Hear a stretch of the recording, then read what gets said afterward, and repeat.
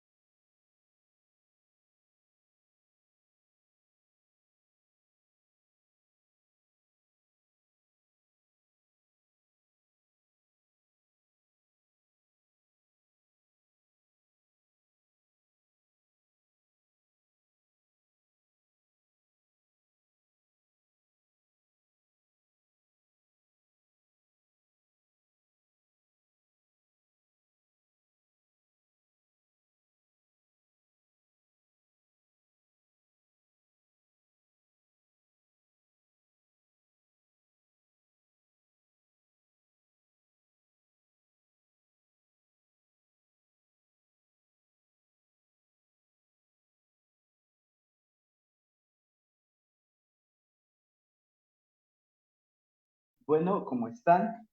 Nuevamente bienvenidos. Doctor Jorge Alan, por favor, puede hacer prueba de audio para dar inicio a esta magna sesión gratuita. Le habilité la configuración, por favor, doctor. Sí, buenas noches. ¿Se me escucha bien?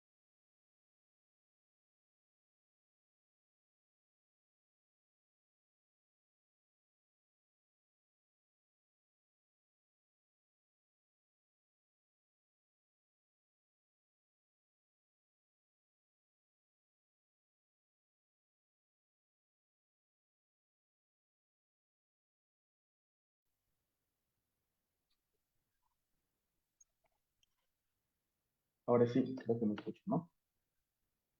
¿Me escucha, doctor? Sí, buenas noches, se le escucha bien.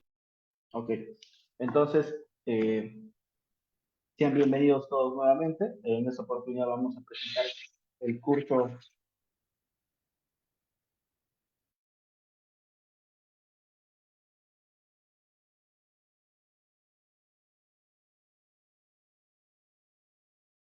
Bueno, doctor, en esta oportunidad presentamos una sesión más del curso Derecho Penal Parte General, denominado Teoría del Delito, Aspectos Doctrinarios y Jurisprudenciales. Recalcar que esta es una sesión gratuita donde desarrollaremos el tema de tipicidad. Este tema estará a cargo del doctor Jorge Alan Romero Osorio. Él es fiscal titular del Distrito Fiscal de Ancash, máster oficial en Derecho Constitucional por la Universidad UCLM de España, catedrático del curso de Constitución y Derechos Humanos en la Universidad César Vallejo, magistrado, investigador en las revistas de investigación de la Academia de la Magistratura, Revista Oficial del Poder Judicial y revista de la Facultad de Derecho de la Universidad Autónoma de México. Recalcar a ustedes, participantes, que esto es un curso especializado en Derecho Penal Parte General, organizado por el portal jurídico El Diario de Abogado, en conjunto con el Ilustre Colegio de Abogados de Cajamarca. Para poder acceder a la certificación opcional, pueden ponerse en contacto con el personal del diario del abogado y así poder obtener esta certificación avalado y que les servirá, claro, en los fines que ustedes crean convenientes académicamente. Adelante, doctor. Muchas gracias. Sea usted bienvenido. Sí, buenas noches. Si me da 5 minutos, lo que pasa es que tengo que conectarme a mi otro usuario, mi otra computadora, para compartir mis diapositivas.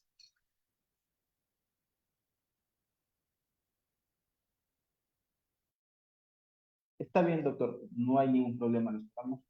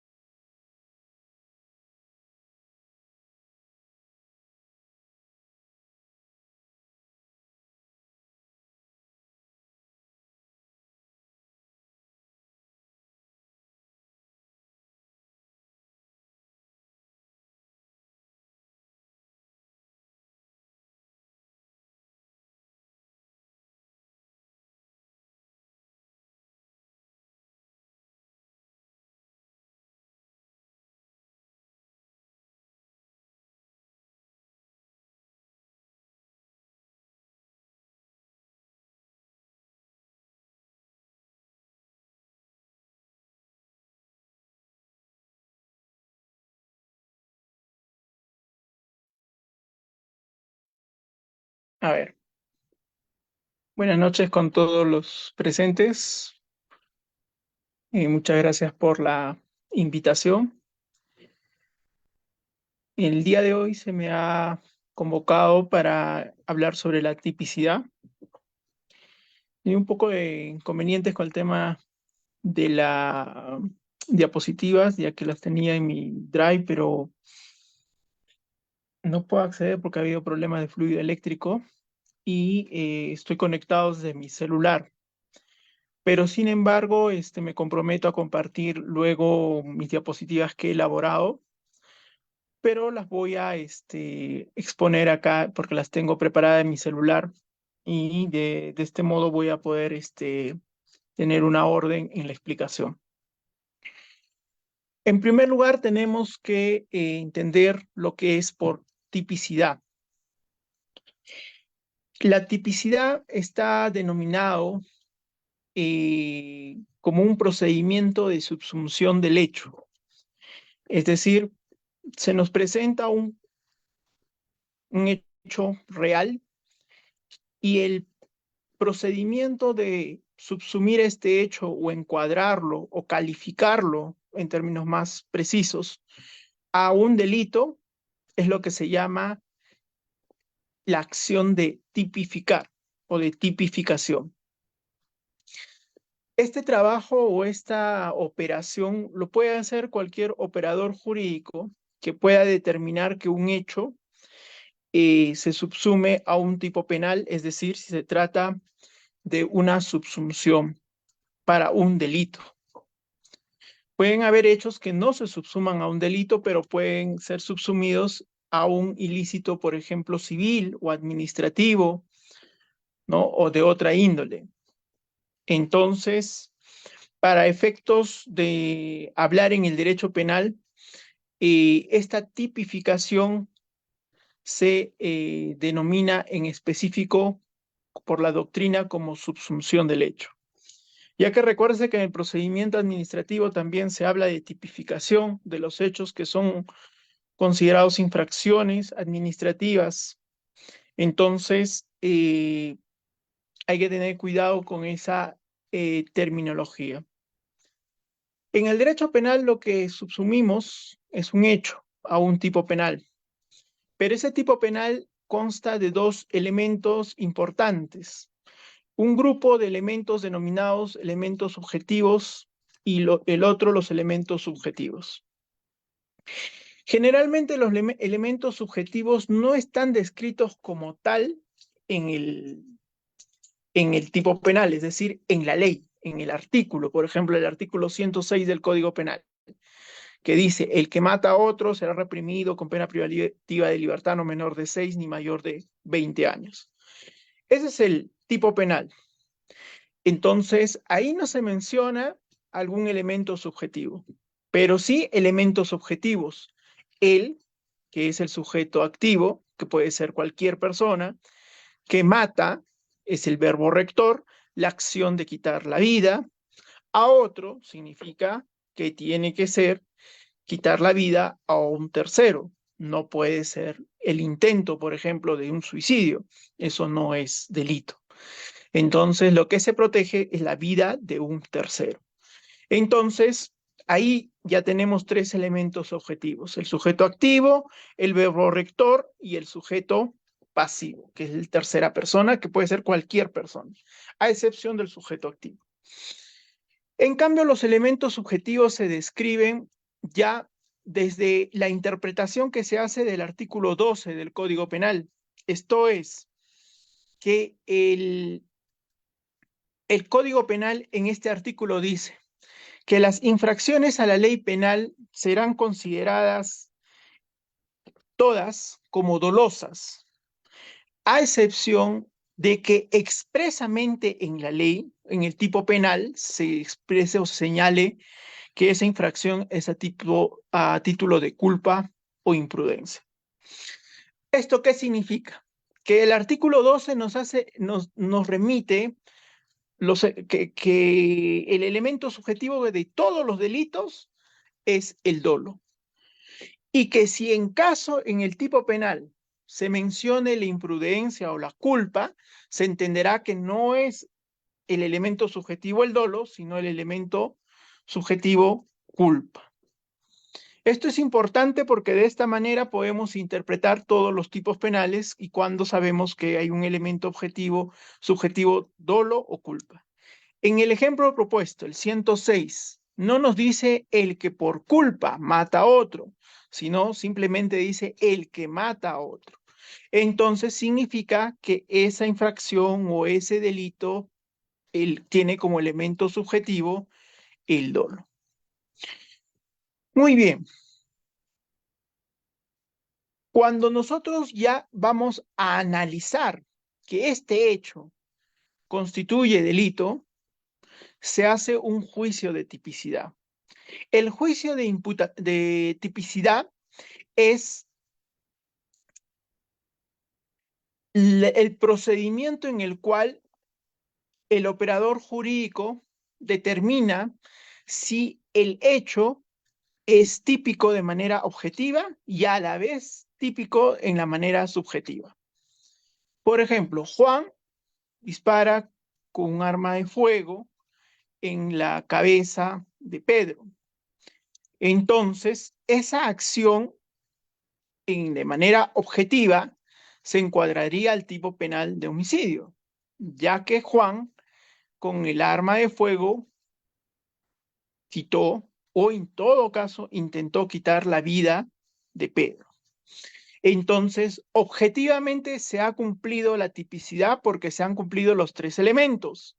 Sujeto activo, Juan, el verbo rector disparar con un arma de fuego y el sujeto pasivo que es Pedro, Juan, que diga Pedro. Juan es el que dispara, Pedro la víctima. Muy bien. Ahora tenemos que analizar si ese hecho es doloso para determinar si hay tipicidad subjetiva. Entonces acá tenemos que determinar si efectivamente Juan conocía que o sabía que al momento de disparar un arma de fuego en la cabeza de Pedro, le iba a quitar la vida. Por ahí se puede decir, no, le quería generar un susto y de repente se le escapó la bala o por error ejecutó el disparo. Esas son cuestiones ya de tipicidad subjetiva de discusión, si es dolo o es culpa. En la tipicidad subjetiva, para determinar si es dolo o culpa, tenemos que ver las circunstancias del hecho, cómo se dieron. Y en este caso, tenemos que ver también las condiciones personales del sujeto activo. Si el sujeto activo era una persona que conocía de arma de fuego, que era una persona que ya tenía licencia y que tenía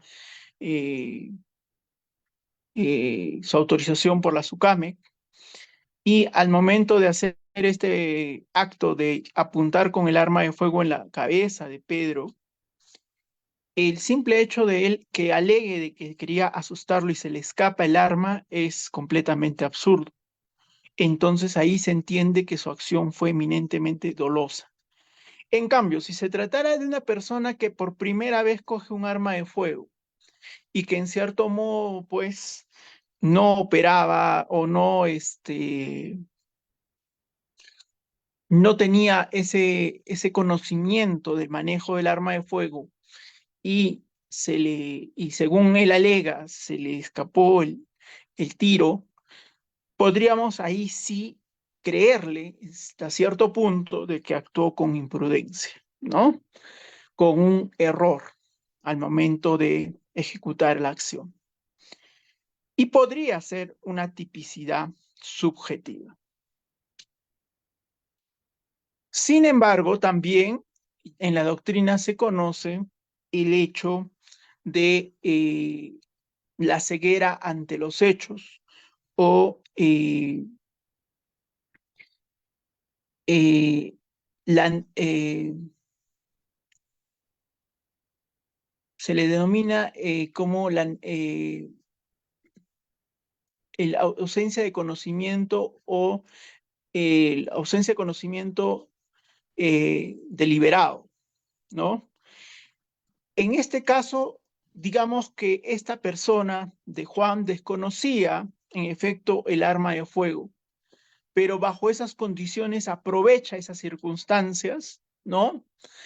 Ignorancia deliberada es lo que es el término adecuado, y en esas circunstancias él, sa- eh, sabiendo de que tenía esa falencia de manejo de arma en fuego y lo utiliza a pesar de ello para asustar a una persona, entonces acá podemos entender que él, a pesar de que sabía que era una persona negligente, que no sabía de manejo del arma de fuego, y a pesar de eso coge el arma y le da o lo apunta a la otra persona, ahí esa ausencia de conocimiento se le imputa al mismo Juan.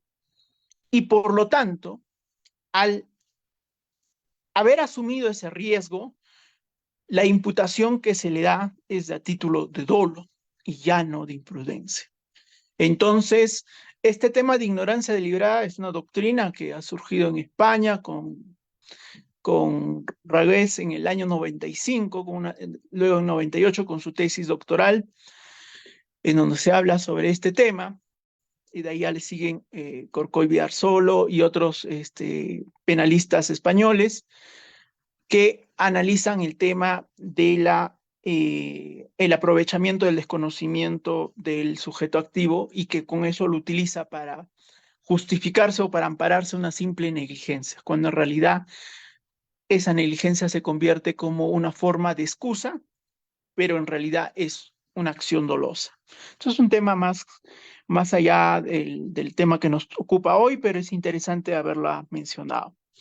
Entonces, sea imprudencia o dolo, si en el caso que es dolo, perfecto, encuadra en los hechos o se tipifica de manera subjetiva en el artículo 106 del Código Penal.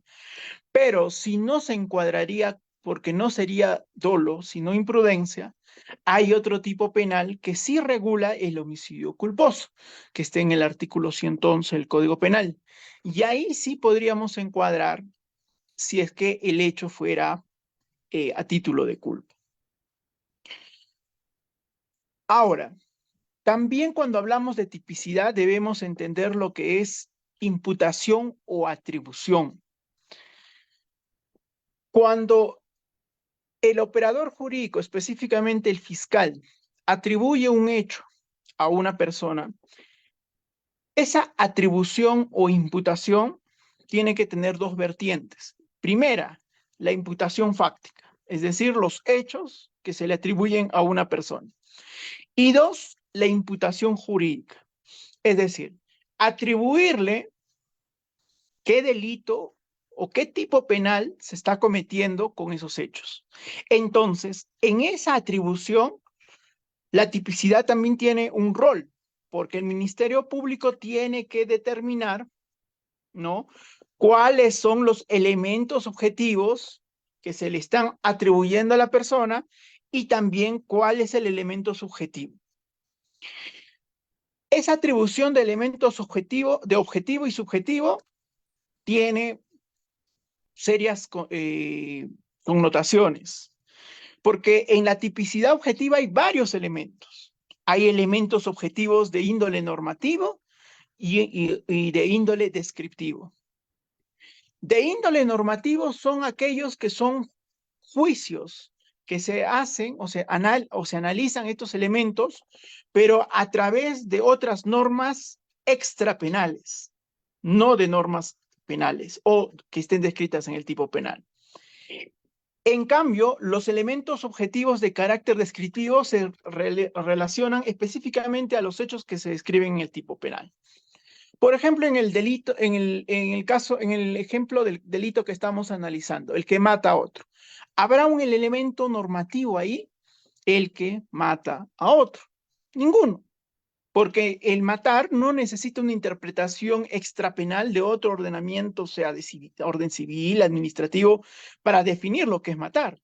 Porque simplemente matar significa quitar la vida a otra persona, o quitar la vida, mejor dicho. Entonces, ese verbo rector simplemente es un elemento descriptivo, elemento objetivo de tipo descriptivo, no normativo. ¿Cuándo podríamos hablar de un elemento objetivo normativo?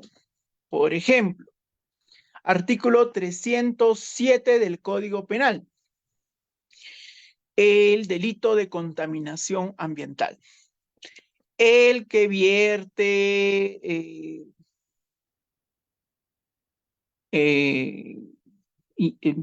sustancias, ¿no? Sean de distinta naturaleza, al ambiente, que superen los límites máximos permitidos por la ley, será condenado o cometerá el delito de contaminación ambiental. Muy bien. Ahí el que vierte es un término eminentemente descriptivo. No hay nada que analizar desde un aspecto normativo. Pero cuando se dice el que vierte sustancias que superen los límites máximos permisibles, nos surge el problema de definir cuáles son esos límites máximos permisibles o permitidos.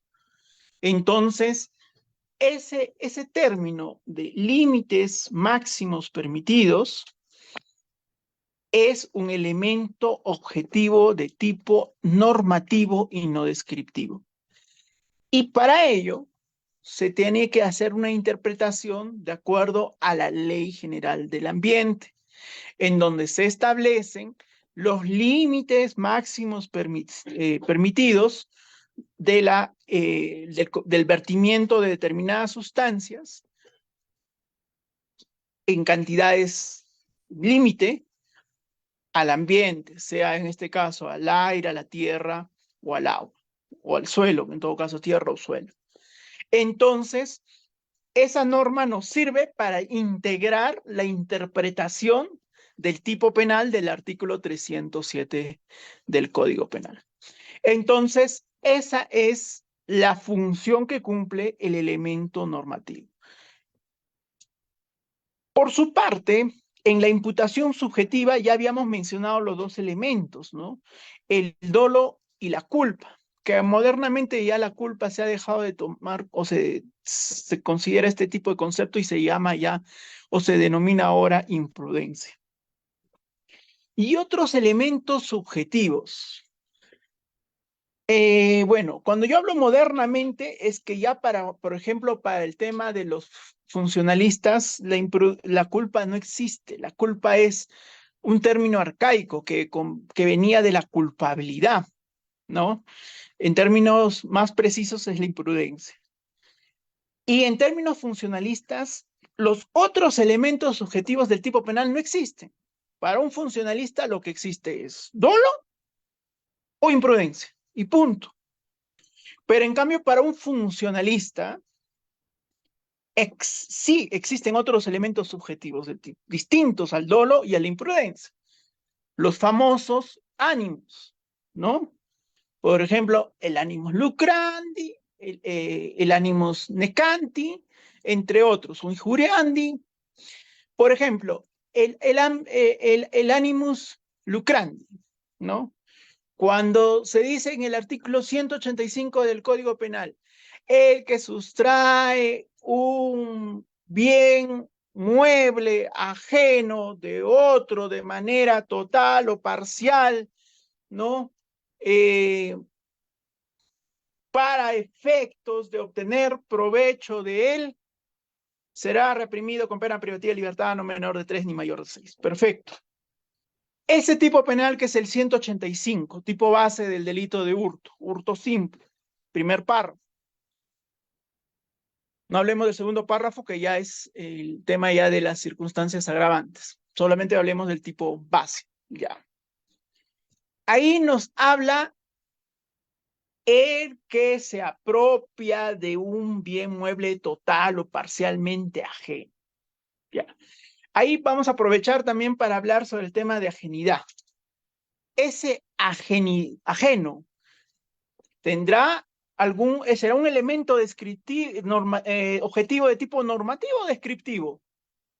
¿Qué creen ustedes? Ajeno. ¿Dónde lo van a encontrar la definición? ¿Simplemente en el diccionario o tendrán que basarse a otras normas extrapenales? Claro, tiene que ser en otras normas extrapenales, como el caso del Código Civil, que establece cuando un bien es de propiedad o de posesión de un tercero, o en todo caso de propiedad y que se presume propietario al legítimo poseedor de bienes muebles. Entonces, ese elemento sirve como un elemento objetivo de tipo normativo.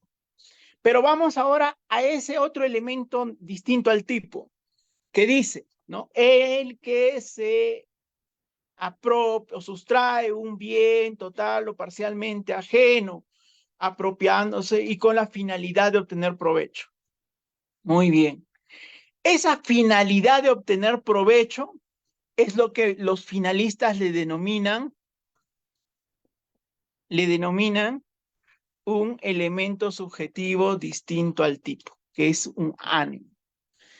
Este elemento subjetivo, el de obtener un provecho, esa finalidad, en realidad para un funcionalista ya no es un elemento del tipo penal del carácter subjetivo, sino en este caso un móvil, ¿no? La motivación del sujeto activo de apropiarse de un bien ajeno con la finalidad de obtener un provecho, nada más. Y esto ha traído graves consecuencias, porque, por ejemplo, ¿qué pasa si el que sustrae un celular de una persona, le quita el celular, lo arrancha de su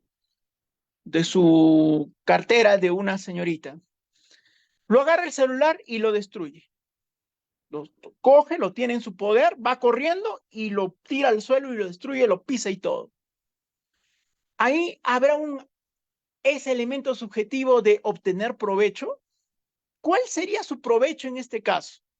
Si en términos patrimoniales, que es el tipo penal de hurto, el obtener provecho es obtener un provecho económico. ¿Y cuál sería el provecho económico al destruir el celular? Un finalista diría, no, bueno, pues acá no hay delito de hurto.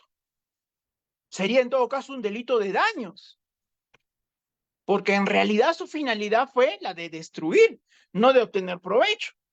Entonces no es un delito de, de hurto.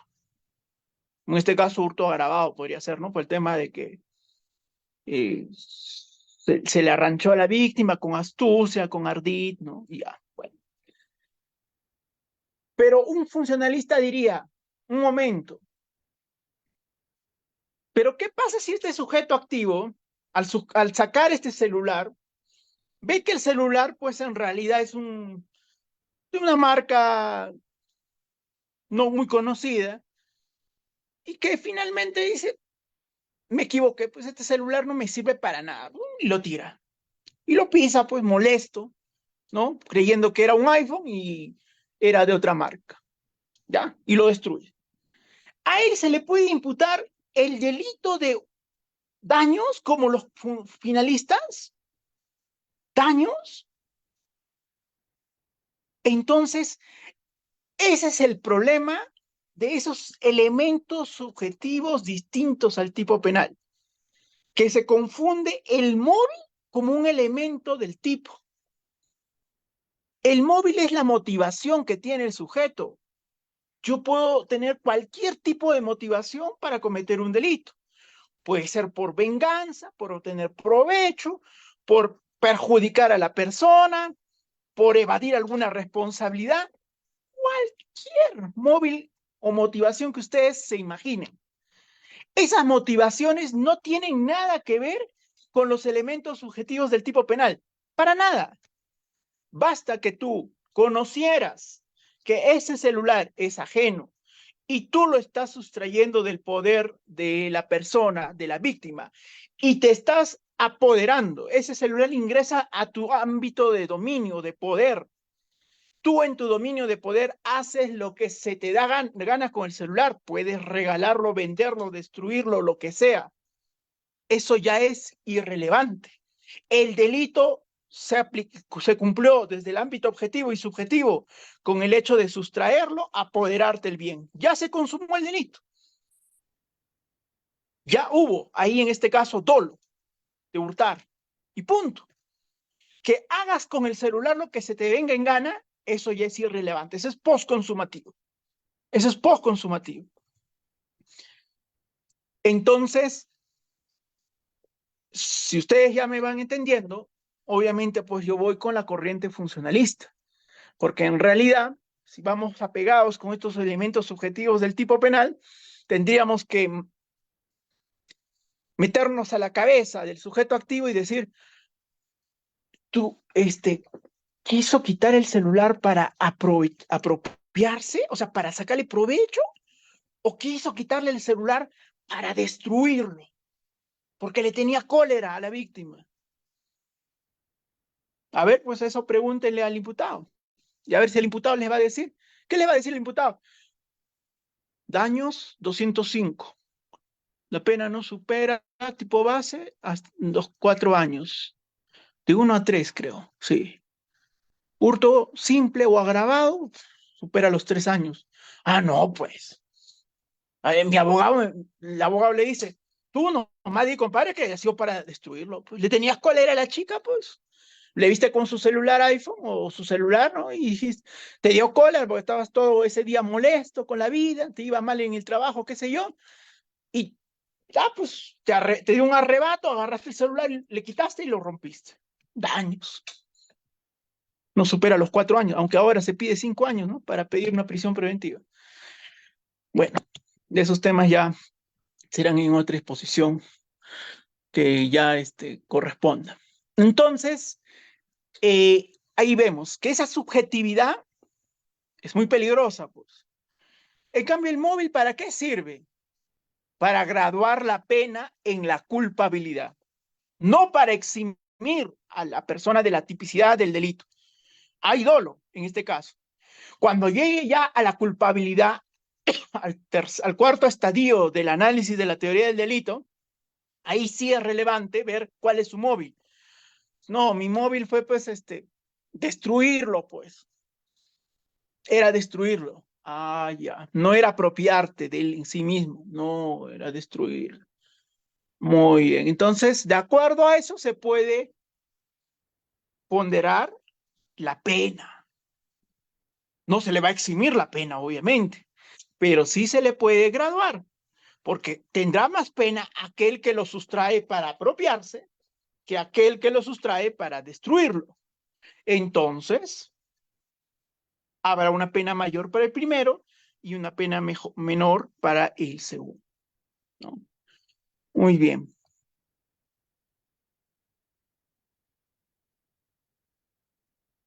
Permiten un momento, voy a avanzar las diapositivas.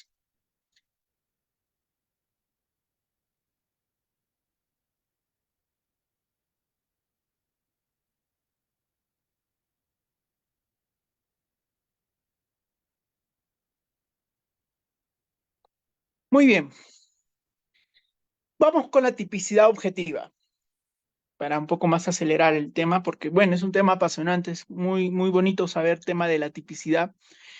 Elementos objetivos de tipo descriptivo. ¿Cuáles son esos elementos objetivos de tipo descriptivo? La acción, las modalidades delictivas, el resultado y el objeto donde recae la acción. Generalmente todos estos elementos son elementos descriptivos, elementos objetivos de tipo descriptivo. Nunca se olviden, acción, el que mata, el que sustrae, ¿no? Modalidad delictiva puede ser, ¿no? Mediante violencia o amenaza en el caso del robo agravado, ¿no? El que sustrae un bien ajeno total o parcialmente, un bien mueble totalmente, total o parcialmente ajeno, mediante violencia o amenaza. Entonces, esa violencia o amenaza son elementos descriptivos que son modalidades del tipo penal. Cuando hablamos de modalidades, significa que puede ocurrir uno o los dos, pero basta que con uno suceda y punto. No es necesario que ocurran los dos, ¿no? Si te roban un celular amenazándote, ya es el robo. Punto. Es tu robo, ¿no? Si te roban el celular golpeándote, también es robo, pero ya no por la modalidad de violencia por amenaza, sino por violencia física. Entonces, esos son elementos descriptivos. Pero alguien me dirá, a ver, pero la amenaza no podrá ser analizado en leyes extrapenales porque la amenaza, pues, quizás sea un elemento normativo. En realidad, la amenaza es un término simplemente de índole que puede consultar simplemente con un diccionario jurídico y punto. No hay mayor alcance normativo ahí. No habría. Pero sí, por ejemplo, en lo que es el daño psíquico, ¿no? Eso sí es importante, ¿ah, señores? 122b del Código Penal. Agresiones contra las mujeres y contra integrantes del grupo familiar. Ese es el tipo penal. Ahí, por ejemplo, sí se exige, por ejemplo, dice, el que causa lesión, ¿no? A otro o daño psíquico moderado o grave, que ese sea para un agravante, a disculpe, una afectación, estoy confundiéndome con lesiones, el tipo penal genérico. Agresiones contra la mujer es el que causa a otro, ¿no? Una agresión, ¿no? Que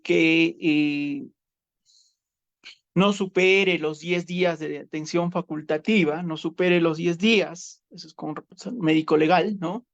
O le cause alguna afectación de tipo cognitivo, psicológico o conductual. Listo. Ya.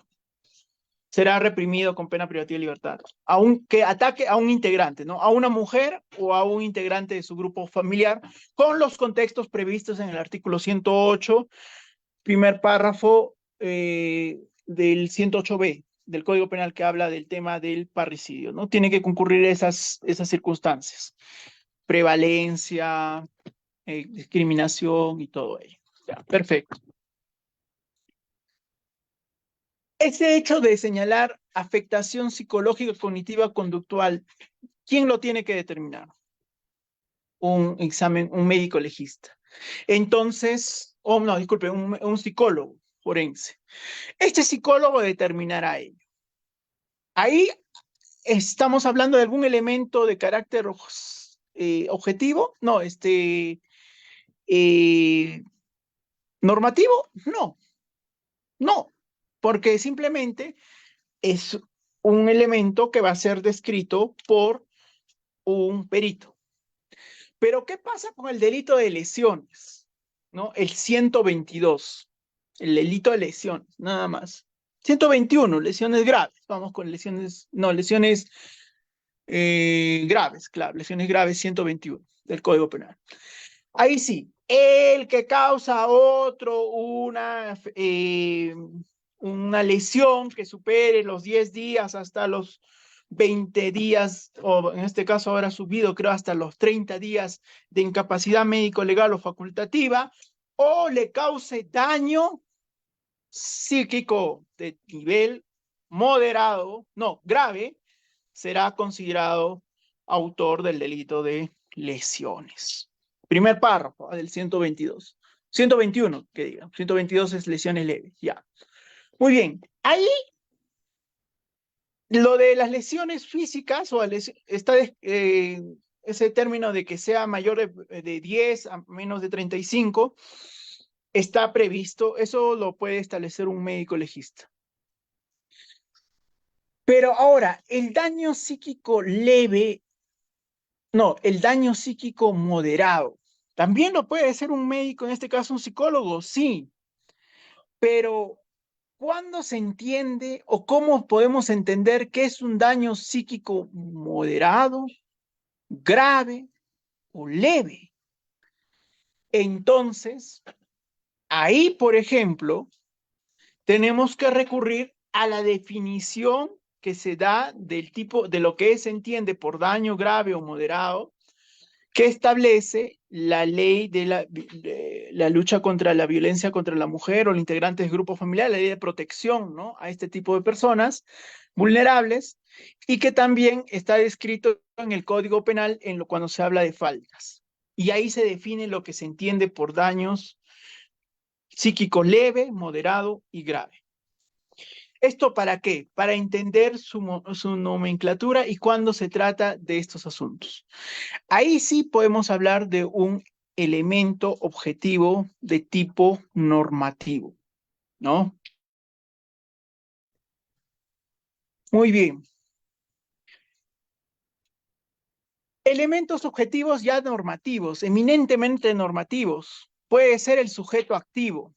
¿Quién puede ser un elemento subjetivo activo de carácter normativo? Porque la mayoría son de carácter descriptivo, pero normativo, ¿quiénes pueden ser? Ejemplo, la definición de funcionario público. ¿Quién lo define el funcionario público? El mismo Código Penal lo establece. El mismo Código Penal lo establece, pero el Código Penal define cuándo se trata de un funcionario público. Entonces, 425, muy bien, estimado. Esa definición del Código Penal nos conlleva a entender de que esta condición de funcionario público, cuando se dice el funcionario público, significa que ahí estamos hablando de un elemento descriptivo, de un elemento objetivo normativo. Sujeto pasivo, también puede darse, por ejemplo, que el sujeto pasivo se le defina como, por ejemplo, a sujeto víctima pasivo especial. Ejemplo, puede ser un policía, un funcionario público en ejercicio de sus funciones, un juez, un fiscal, ¿no? Entonces, ahí también tendríamos que definir quién es fiscal, ¿no? ¿Quién es la persona que tiene ese cargo, o juez, o policía? Y eso nos conlleva a analizar aspectos de índole normativo de acuerdo a la ley correspondiente, eh, ley general de la policía o la ley orgánica del Ministerio Público del Poder Judicial. El bien jurídico también es un elemento normativo, porque, por ejemplo, la vida en el delito de homicidio, ¿cómo la definimos? ¿Cuándo empieza la vida y hasta cuándo acaba? ¿Eso lo define el Código Penal? No. ¿Dónde podemos nosotros entender la noción de vida? A través de la Constitución y el Código Civil. La Constitución reconoce al concebido como sujeto de derecho. Entonces se entiende que para la Constitución el concebido es sujeto del derecho. Por lo tanto, desde ahí consideramos que esa vida es sujeto de protección para el tema del aborto, por ejemplo, ¿no? Igual el Código Civil lo reconoce. Concebido. Pero ya el Tribunal Constitucional, cuando ha hablado sobre el tema de la pastilla al día siguiente, ha señalado que no es el concebido en sí, sino el anidado, el concebido que está anidado en el útero de la mujer. De ahí donde empieza la protección de la vida. Entonces, el penalista tendría que hacer una interpretación y señalar. Entonces, el aborto, la pastilla al día siguiente que se tomó la supuesta abortista, no es aborto, pues, porque impidió que se anide en el útero. Por lo tanto, no hay aborto. Pero si uno va con su concepción de la Constitución y del Código Civil, dice, no, pues, el Código Civil y la Constitución protegen al concebido, y el concebido es antes de la anidación. El concebido es la unión de los dos gametos, femenino y masculino. Ahí es concepción.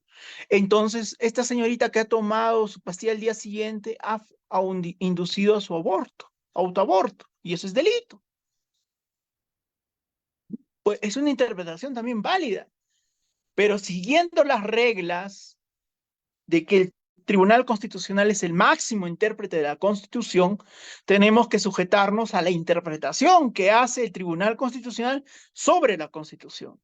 Entonces, el penalista tendría que tener en cuenta lo que dijo el Tribunal Constitucional y por lo tanto, esta señorita que tomó la pastilla al día siguiente no ha cometido aborto. Por más que incluso el concebido ya se anidó, y la pastilla siguiente lo que hizo es simplemente dilatar o debilitar al útero para que se expulse el concebido. Habrá ahí aún todavía ese tema de que ya no hay, acá ya es anidación, ya está anidado, ¿o no? Pues ya está anidado, pero tomó el día del día siguiente y dilató el útero y se cayó. Eso ya es un aborto. Entonces, claro que el Tribunal Constitucional no ha hecho mayor análisis al respecto, ya en ese extremo, pero sería muy bueno, ¿no?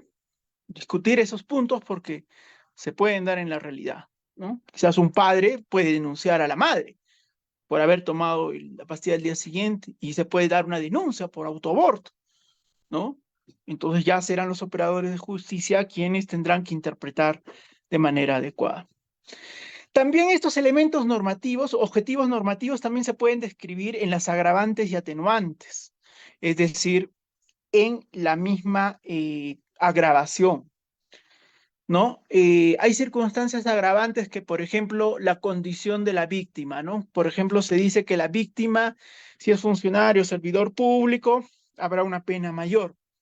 Por ejemplo, lo que es lesiones, ¿no? Lesiones agravadas por la condición de la víctima, pasiva, de sujeto pasivo. Y así hay varios tipos penales donde la víctima puede ser, la condición de la víctima puede ser una circunstancia de agravación y nos puede llevar a análisis de tipicidad de carácter normativo, ¿no? Muy bien. Un momento, voy a adelantar esto. Muy bien. Ahora me permito, recuerden que esto, todo lo que estoy mencionando, voy a mandarlos con las diapositivas, no se preocupen, ya, los voy a enviar, me comprometo, más tarde antes, después de la conferencia, lo envío al encargado, a la encargada, y ella se va a encargar de compartirles las diapositivas, no se preocupen de ello, ¿ya? Muy bien. Teoría de los elementos negativos del tipo penal. Esta es una teoría construida por Hirsch.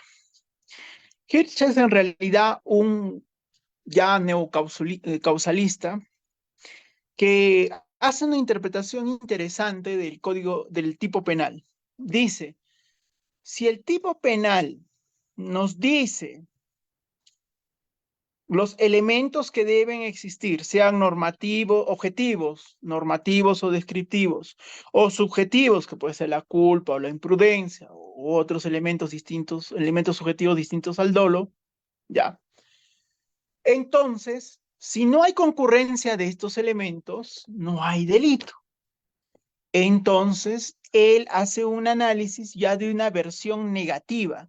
Dice, entonces, si no se cumplen estos requisitos o estos elementos que se han mencionado, no hay tipo. Entonces, no hay delito. Esto es importante, ¿por qué? Porque acá hablamos de la atipicidad absoluta y atipicidad relativa. Ya la Corte Suprema había analizado al respecto ya hace mucho tiempo atrás de que la tipicidad puede darse de manera absoluta, es decir, cuando el hecho no se encuadre en ningún elemento del tipo penal, para nada. Por ejemplo, el caso de Juan. Juan apunta la pistola, el arma de fuego que compró, ¿no?, días antes y lo apunta sobre su sien.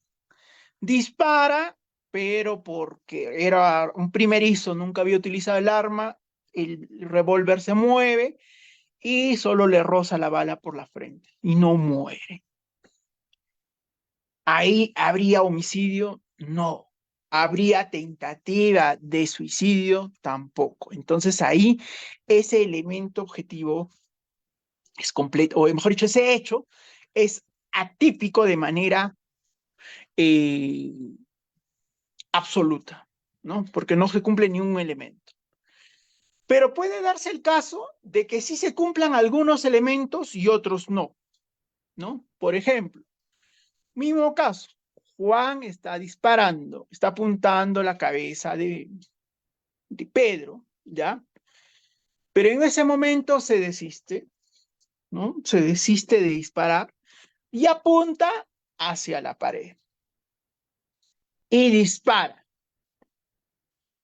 Pero el impacto de la bala, el rebote de la bala, impacta en la cabeza de Pedro, ¿no? Y Pedro muere. Ya. Por acá algunos me van a decir, bueno, si uno es eminentemente objetivista y normativista, dice, ya, está bien, no apuntó a la cabeza de Pedro, pero podía haber presumido que con el rebote de la bala sí lo podía matar. Entonces ahí sí habría, pues, dolo. Ya, bueno, ya. Imprudencia. Ya, ya, imprudencia. Pero otra persona me puede decir, pero ¿cómo se va a representar que al disparar sobre una pared va la trayectoria de la bala en el rebote va a impactar justamente en la cabeza de Pedro? Si justamente él apuntó primero a la cabeza de Pedro y luego se desiste y lo dispara en otro lado. Entonces, ahí tendríamos que analizar ese aspecto del tema de la subjetividad, del aspecto subjetivo. ¿Se cumplen los elementos objetivos? Juan, sujeto activo, dispara. Obviamente cuando uno dispara un arma de fuego, sea al aire o al piso, donde sea, está con una situación de poder afectar la vida o la integridad física de cualquier persona, o hasta del mismo o de un animal, porque el hecho ya de disparar se sume a una asunción de un riesgo, ¿no? Un riesgo. Entonces, esa asunción de riesgo nos conlleva a que efectivamente podría darse esta condición. Simplemente que sí, ¿ya? Pero bueno, ya disparó. Entonces, hubo ahí un disparo que podría atentar o matar a una persona, ¿ya? A otro. La otra persona es Pedro. Perfecto. Objetivamente se dio. Disparó, chocó contra la vera y lo mató. Listo. Se cumplió objetivamente todo lo que es el que mata a otro. Pero ahora vamos a analizar la subjetividad. ¿Hay dolo? Un poco complicado. ¿Hay imprudencia? Podría darse. Incluso hasta no habría ni imprudencia. Claro, podría haber asumido que hay un riesgo de que pueda atentar contra la vida o la lesión de la integridad de una persona, pero él mismo apunta sobre otro lado y bueno, pues dispara sobre la pared y él cree pues que la bala va a perforar la pared, por eso lo apunta ahí. Y no se imagina que la pared hace que rebote el proyectil y el proyectil impacte sobre la cabeza. Entonces podría darse incluso ahí un tema de un error, ¿no? De un error de tipo de carácter invencible, dependiendo de las capacidades de Juan. Porque si Juan es un primerizo, obviamente pues va a desconocer, ni tenía licencia, ya bueno, ya, bueno, ya. Pero si era una persona capacitada, conoce, pues sabe que la bala puede rebotar en la pared y puede impactar en la... Entonces, por lo tanto, simplemente sí habría incluso una imprudencia o incluso hasta un dolo. Pero como el caso ha propuesto que Juan es una persona con déficit cognitivo, no, pues, no es un retardado mental, no estamos hablando de eso. Déficit cognitivo significa respecto al hecho, a la acción que él desempeña, ¿no? Que podemos pasarlo todos. Por ejemplo, en mi caso, no sé manejar un arma de fuego. Bueno, he hecho ensayos, pero que sea un especialista no lo soy. Pero ahí tendríamos que hablar que habría una ausencia de elemento subjetivo. Por lo tanto, ante esa ausencia, el hecho se vuelve atípico, pero de manera relativa, porque de manera objetiva se cumplen todos los presupuestos, los elementos, pero de manera subjetiva no se cumple con el dolo, tampoco con la imprudencia. Entonces, por lo tanto, lo que vamos a tener que determinar acá es simplemente una atipicidad relativa. ¿Cuál es la diferencia o cuál es el efecto entre ambas o la diferencia de los efectos? Es el mismo. Exista atipicidad absoluta o atipicidad relativa, basta que falte un elemento del tipo penal, sea del elemento objetivo o subjetivo, para que ya no haya tipo y por lo tanto no haya delito. Punto. Si no existe uno de los elementos, no se cumple, no hay delito. Sino que la Corte Suprema lo hace en el sentido de que es necesario discriminar ello, porque muchas veces algunos operadores de justicia entendían que para que exista tipicidad simplemente era necesario que todos los elementos del tipo penal no concurrieran. Tendrías que analizar todos los elementos. A pesar de que no se cumple con el primer elemento, no, tengo que analizar toditos. Y si no se cumplen todos, no hay delito. Eso era un error, pues, que antiguamente, pues, con el antiguo código era lo que generalmente sucedía, ¿no? Una suerte de entendimiento antiguo. Ahora, hay que también distinguir los elementos objetivos del tipo penal y los elementos objetivos de punibilidad. No se olviden. Hay elementos objetivos del tipo penal, que son los descriptivos y normativos, que ya hemos estudiado, que ya hemos hablado. Y también hay elementos objetivos de punibilidad. Los elementos objetivos del tipo penal sustentan la tipicidad, es decir, hablamos del tipo penal. En cambio, los elementos objetivos de punibilidad sustentan la responsabilidad. La responsabilidad es el último estadio de la teoría del delito, ¿no? Recuerden, primero analizamos si un hecho es delito, si hay acción. Dos, si hay tipicidad. Y en tipicidad tenemos que analizar tipicidad objetiva y subjetiva, lo que estamos hoy estudiando hoy. Luego, si hay tipicidad y se cumplen estos dos elementos, analizamos la antijuricidad. Ahí, ese es con otro ponente, ya les explicará la antijuricidad. Si ya es antijurídico, nos vamos a la culpabilidad. Y de la culpabilidad, si es culpable, finalmente nos vamos a lo que es la responsabilidad o punibilidad, que es el último estrato, son 5, es una pirámide, la última. Y esa vértice es la que finalmente sustenta si el hecho va a ser objeto pasible de pena o no. Puede ser una acción típica antijurídica, culpable, pero no punible. No se le puede penar. Entonces, el efecto de este elemento objetivo de la punibilidad conlleva a la ausencia de la responsabilidad penal, es decir, a la ausencia de la pena. En cambio, el elemento objetivo del tipo penal conlleva a la ausencia del tipo. ¿Y por qué es necesario analizar siempre acción, tipicidad, antijuricidad primero, en ese orden? Porque si, por ejemplo, no hay acción, ¿para qué vas a analizar tipicidad, antijuricidad y todo? Si no hay acción. Y si hay acción, analizas tipicidad. Y si no hay tipicidad, ¿para qué vas a analizar los demás estadios? ¿No? Es así. Entonces, los elementos objetivos del tipo penal están en el segundo nivel. Si no cumplen, ya no es necesario analizar la punibilidad, que está en el quinto nivel. Pero si cumplen los 4 niveles y te vas ya a la punibilidad, ahí sí analizas estos elementos objetivos. ¿Cuáles son estos elementos objetivos del tipo penal? Causar perjuicio, 427 del Código Penal, ¿no? 428, no me recuerdo, falsificación, 427 me parece que es, ahí, se me va un poco la memoria ahí. Ya, el delito de falsificación exige que inserta un documento público, ¿no? Datos falsos o que prueben o datos, ¿no? Que no correspondan, ¿no? Falsifiquen todo en parte, esa es falsedad material, ¿no?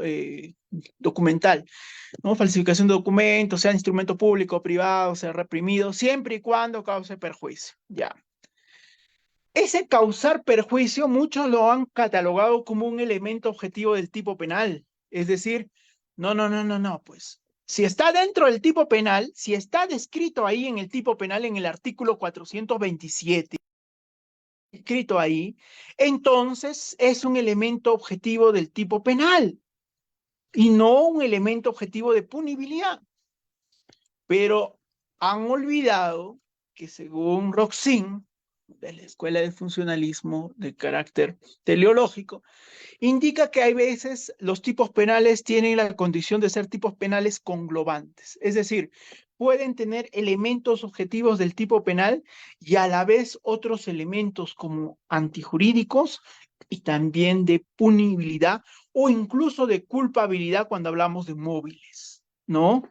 Entonces, el tipo penal puede incluir los elementos de los otros niveles y no por eso los convierte en elementos objetivos del tipo penal.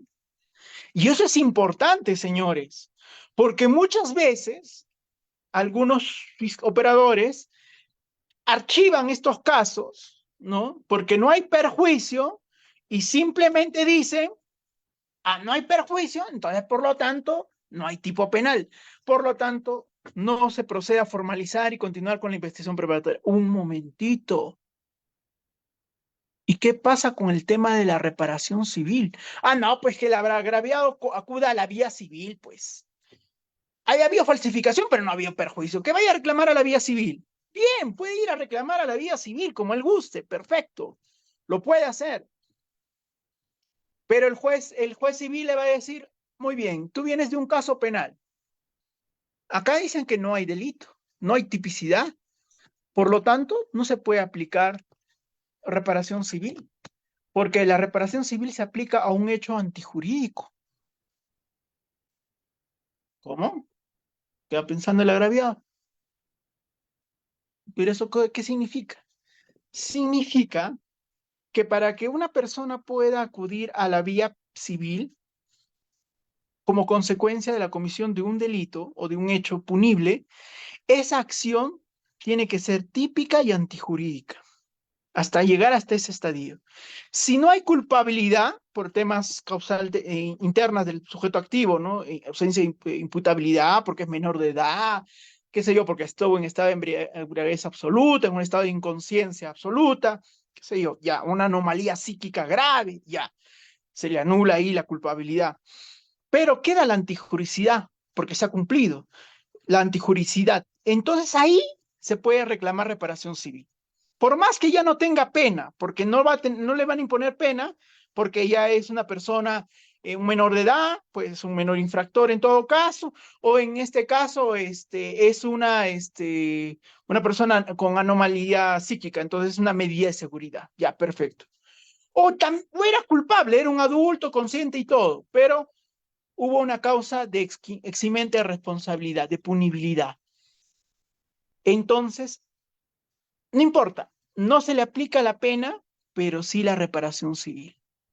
Entonces, cuando uno hace una interpretación errada de este elemento perjuicio como un elemento objetivo del tipo penal, le cierra el candado absoluto a la víctima, porque la víctima no puede acudir ya en vía civil ni en ninguna otra vía, porque prácticamente el fiscal le ha dicho que no hay antijuricidad en este hecho, no hay tipicidad ni antijuricidad, prácticamente le destruyó todo. Pero en cambio, por eso es que es lógico que el perjuicio es un elemento objetivo de punibilidad, porque si el perjuicio es un elemento objetivo de tipo penal, el fiscal no va a necesitar, no va a archivar por atipicidad, porque se cumplen todos los elementos objetivos del tipo penal. Es antijurídico también, porque no hay una causa de justificación, nada. Es culpable porque el sujeto activo lo hizo consciente, ¿no? Bajo conciencia de antijuricidad, perfecto. Pero no es punible porque no se causó perjuicio. Por lo tanto, no se le puede imponer pena, pero sí tiene expedito el derecho a la víctima de acudir a la vía civil o incluso en el mismo proceso penal reclamar la reparación civil en el caso que se dicte un sobreseimiento o una sentencia absolutoria. Lo puede hacer. Y ahí puede el agraviado reclamar reparación civil. Por eso es importante que el perjuicio sea entendido como un elemento objetivo de punibilidad. Por eso todo tiene su razón de ser.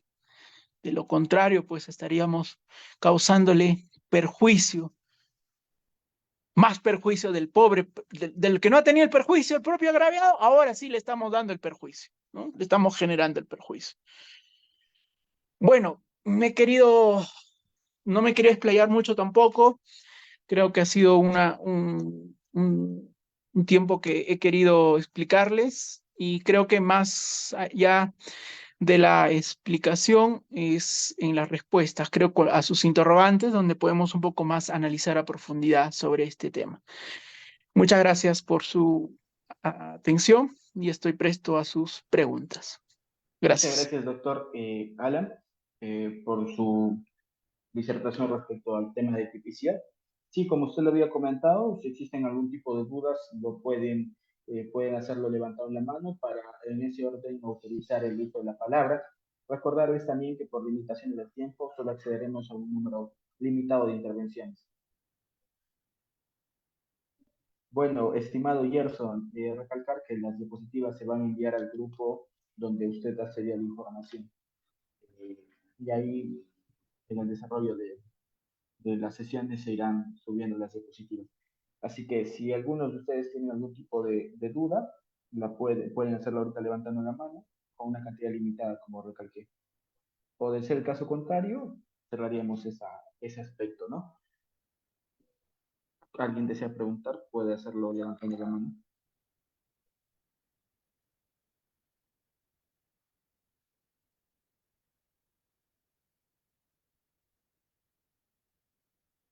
Creo que no existen dudas al respecto, doctor.